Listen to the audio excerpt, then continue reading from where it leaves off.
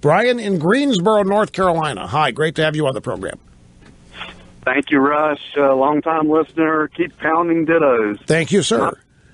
My burning question is, who do you like in the Super Bowl? Big Panthers fan here. A big who fan? You're a Panthers fan.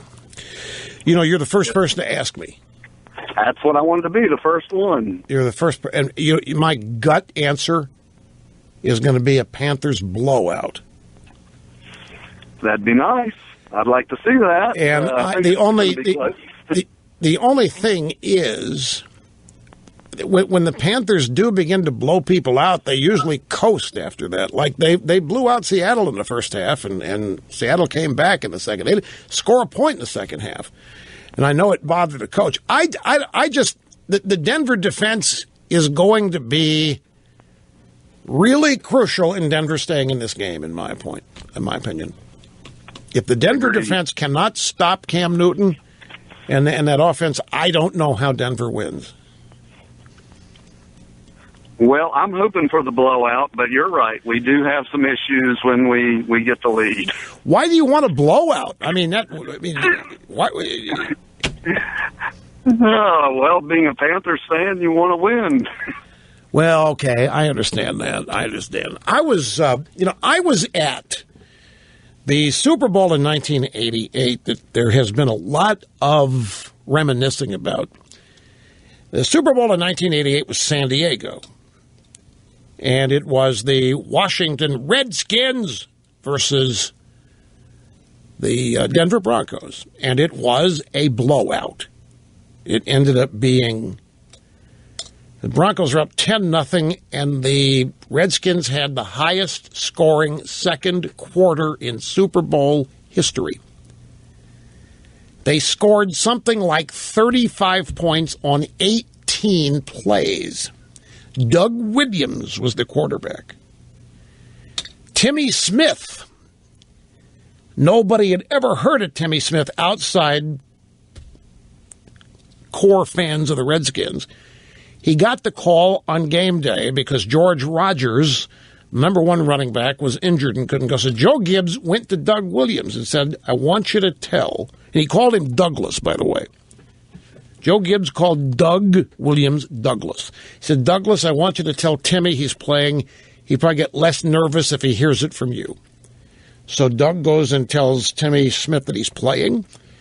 And Timmy Smith had a 200-and-some-odd yard game. And that game was over at the end of the second quarter. The number of points, the rapidity.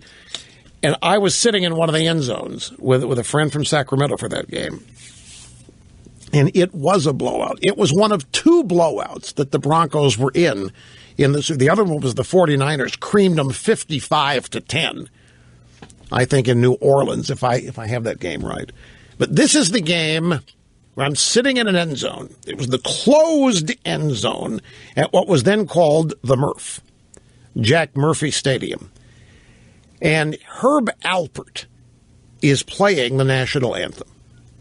And they were coordinating a flyover of Navy jets from nearby Miramar that were going to fly over the stadium at low altitude at full throttle right as Herb Alpert ended the anthem. Well, from our vantage point, we could see those jets on what was akin to the downwind, or the base leg, then downwind, and turning on and final. And they were flying right towards us. We could see the formation way out there, and it looked to me like they were not going to make it in time. The anthem was going fast. Albert was playing. The Jets were still far off. And in fact, Albert finished soon. He had to hold that last note forever and ever on his trumpet.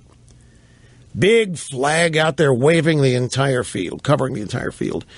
And this was my first flyby. I had never seen one of these. And these jets went over, and I had such a rush of patriotism. I have never felt anything like it. I just jumped. I was screaming. I started pounding my friend on his back like I couldn't believe I'm screaming. It was the most incredible thing. The timing of that anthem ending and those jets flying over, and they were low, and it was loud, and I could hear back then. It was what I heard was real sound. And I was screaming, and I turned to my buddy long after and said, how in the world can you ever see that and ever vote Democrat? And these two people in front turned around and stared daggers at me. It turns out they were from Washington, and they were huge libs, and they were not happy. And then the Broncos scored first, and it looked like they were going to blow the Redskins out. They scored on an Elway bomb to somebody down in the end zone where we were.